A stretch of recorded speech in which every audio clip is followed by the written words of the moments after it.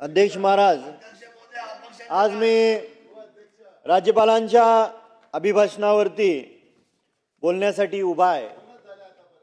राज्यपालांच्या भाषणामध्ये केवळ महापुरुषांची नावे घेऊन त्यांचे विचार जपण्याचे सांगितलं जाते, पण अजून इंदू मिल येथील डॉक्टर बाबासाहेब आंबेडकरांचं स्मारक कधीपर्यंत ते पूर्ण होणार याच्यावरती त्या भाषणामध्ये उल्लेख नाही। मणिकर्णिका घाट पाडला गेलाय आणि आज या देशामध्ये पुण्यश्लोक अहिल्यादेवींची जयंती 300वी जयंती आणि हे जयंतीचं वर्ष म्हणून साजरं करत असताना घाट पाडल्यानंतर या शासनाने महाराष्ट्र राज्य सरकारने काय भूमिका घेतली याचा उल्लेख त्या अभिभाषणामध्ये नाही। राज्यपालांनी सांगितलं की महाराष्ट्राने कर्नाटक सीमावादावरती आम्ही वचनबद्ध आहोत, परंतु बेळगाव कारवार येथील मराठी भाषकांवरती होणाऱ्या अत्याचाराबद्दल एकही शब्द त्या भाषणामध्ये नाही। त्या सीमेवरील ग्रामीण भागातल्या मराठी शाळा बंद होत आहेत त्याच्याबद्दल उल्लेख नाही। आज विकसित महाराष्ट्राचं आपण स्वप्न पाहत असताना 2047 साली आपली अर्थव्यवस्था ही $5 ट्रिलियन ची अर्थव्यवस्था असेल असं स्वप्न पाहिलं जाते। चांगली गोष्ट आहे, अभिनंदन आहे। पण आज राज्यामध्ये जो मुलगा जन्म घेताना त्याच्या डोक्यावरती 4,22,000च्या आसपासचं कर्ज आहे। 7 लाख कोटीपेक्षा जास्त कर्ज या महाराष्ट्रावरती आहे।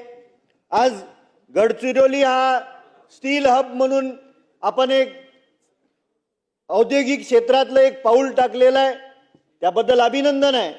पण तिथल्या आदिवासी बांधवांचं जल जीवन जमीन हे हक्क आणि त्याच्याबद्दलचं सरकारचं धोरण काय? विदर्भातलं फुफ्फुस म्हणून गडचिरोली जिल्ह्याकडे पाहिलं जातं, पण त्या येऊ घालणाऱ्या स्टील प्रकल्पामुळे होणाऱ्या प्रदूषणामुळे त्या भागातल्या ग्रामीण भागातल्या गोरगरीब जनतेला फुफ्फुसाचा कॅन्सर तर होणार नाही, फुफ्फुस कॅन्सरचं हब तर होणार नाही याची भीती त्या विदर्भातल्या गोरगरीब जनतेला वाटत आहे। आज कर्मचाऱ्यांच्या नियुक्तीपासून सेवानिवृत्तीपर्यंत सर्व माहिती एका पोर्टलवरती आणण्याची घोषणा करण्यात आली, परंतु राज्यात लाखो कर्मचारी मागच्या काही वर्षांमध्ये रस्त्यावरती उतरून जुन्या पेन्शनसाठी त्यांनी लढा दिला, त्याचा उल्लेख या भाषणामध्ये नव्हता। आज महाराष्ट्र राज्य हे जलसंधारणामध्ये सर्वोत्तम आहे। केंद्र सरकारने प्रथम पारितोषिक दिलं, अभिनंदन आहे।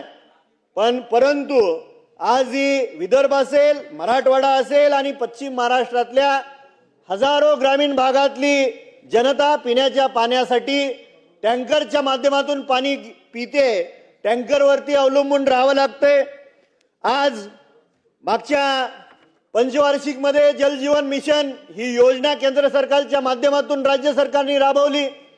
माझ्या मतदारसंघामध्ये कोट्यवधीचा निधी वापरून जल जीवनची योजना अनेक ग्रामीण भागात राबवली गेली, पण दुर्दैव असं आहे की आज एकाही गावातल्या एकाही तोटीला ते पाणी मिळत नाही। त्या ग्रामीण भागातल्या गोरगरीब जनतेच्या घशाची कोरड अजून शमलेली नाही। सरकार हे शाश्वत शेतीसाठी वचनबद्ध आहे, परंतु पिकाला हमीभाव मिळत नाही। शेतकऱ्यांनी पिकवलेली जी काही मका आहे ती मका विकत घेण्यासाठी सरकारचा कोटा संपलेला आहे। माझ्या तालुक्यातली जवळजवळ 21,000 क्विंटल मका तशीच पडून आहे आणि तो शेतकऱ्यांवरती होणारा अन्याय आहे। शेतीला लागणारी अखंड वीज देण्यात यावी, शेतीसाठी लागणाऱ्या पाण्याचं नियोजन व्हावं। आज माझ्या मतदारसंघात कोरडा आणि मान नदीवरती बंधारे आहेत, ते बंधारे शासनाने वेळेत भरून देण्यात यावे ही आपल्या माध्यमातून सरकारला मागणी।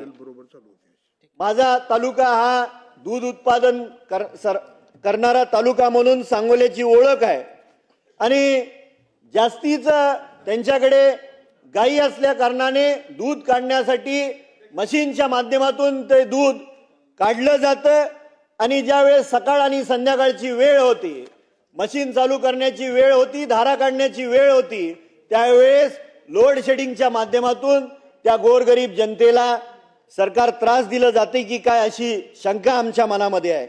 आज अतिवृष्टी या वर्षाच्या सुरुवातीला झाली, असंख्य शेतकरी त्या अतिवृष्टीमुळे बाधित झाले. अजूनही त्या शेतकऱ्यांना, बाधित शेतकऱ्यांना त्या अतिवृष्टीचं अनुदान मिळालेलं नाही. त्या शेतकऱ्यांना दिवसेंदिवस तहसीलदार ऑफिसचे हेलपाटे मारावे लागतायत. सरकारने कर्जमाफी जाहीर केली, जून 2026 पर्यंत कर्जमाफी होईल. आज काही दिवसानंतर मार्चचा महिना चालू होतोय आणि मार्च अखेरला परत खाजगी बँका त्या शेतकऱ्यांना त्रास द्यायला चालू करतील. घेतलेलं कर्ज भरण्याचा तगादा लावला जाईल. याच्याकडे शासनाने लक्ष देणं गरजेचं आहे. सन्माननीय महाराष्ट्राचे मुख्यमंत्री सन्माननीय देवेंद्रजी फडणवीस साहेबांनी या सभागृहामध्ये मागच्या पंचवार्षिकमध्ये कैलासवासी गणपतराव देशमुख साहेबांच्या स्मारकाचा, विधिमंडळाच्या परिसरातल्या स्मारकाचा मुद्दा मांडला होता. आज सांगोला मतदारसंघ ती वेळोवेळी मागणी करतोय, त्याच्यावरती शासनाने लवकरात लवकर निर्णय घ्यावा ही आपल्या माध्यमातून सरकारला विनंती आहे. मागेल त्याला सौर कृषी पंप दिला जाणार आणि 6 लाखाहून अधिक कृषी पंप बसवून जागतिक वर्ल्ड विक्रम केल्यामुळं गिनीज बुक ऑफ रेकॉर्ड मध्ये आपल्या राज्याची नोंद झाली. निश्चितपणे ही राज्याच्या दृष्टीनं आणि देशाच्या दृष्टीनं चांगली गोष्ट आहे, त्याबद्दल अभिनंदन. पण मला आपल्या माध्यमातून सरकारला विचारायचं आहे की आजपर्यंत किती शेतकऱ्यांनी सौर ऊर्जेसाठी अर्ज केले आणि किती वेळामध्ये त्या शेतकऱ्याला सौर ऊर्जा पंप मिळाले. 1.5 वर्ष होऊन गेलं, घोषणा झाले, पण आज ही शेतकरी त्या सौर ऊर्जा कृषी पंपापासून वंचित आहे.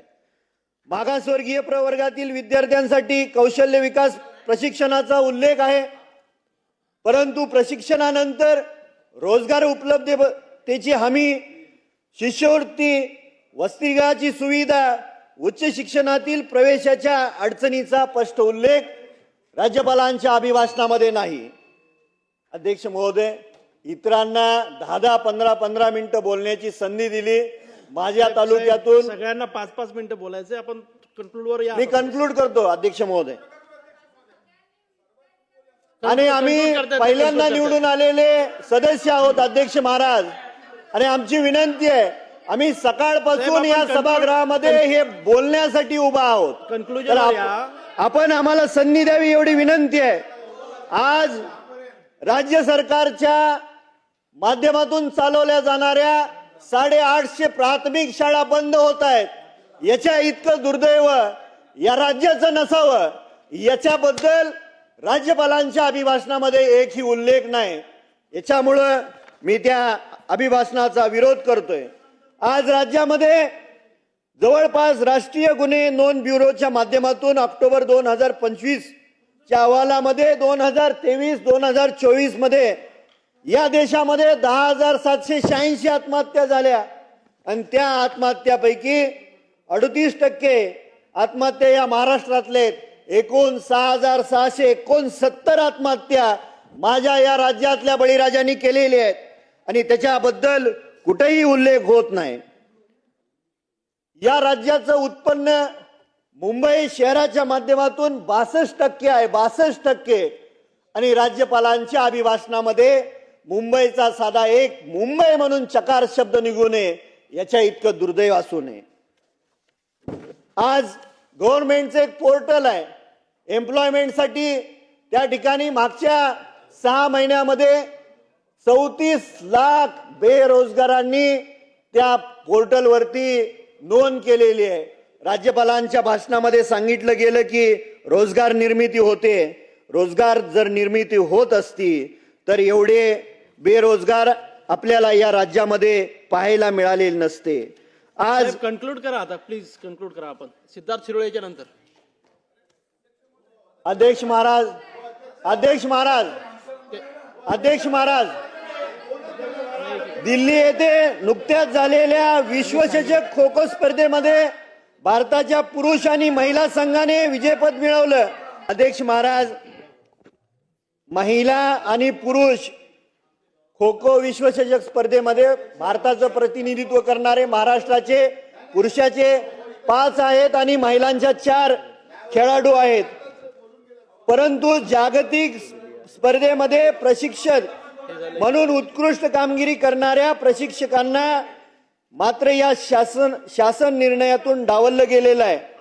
तरी जागतिक विश्व करंडक स्पर्धा, आंतरराष्ट्रीय स्पर्धा, ऑलिम्पिक स्पर्धा या स्पर्धेत उत्तम कामगिरी करणाऱ्या प्रशिक्षकांना प्रोत्साहनपर बक्षिसाची रक्कम देण्याची नोंद या शासनाने करावी एवढी विनंती करतो. मला बोलण्याची संधी दिली त्याबद्दल तुमचा आभार. देवराव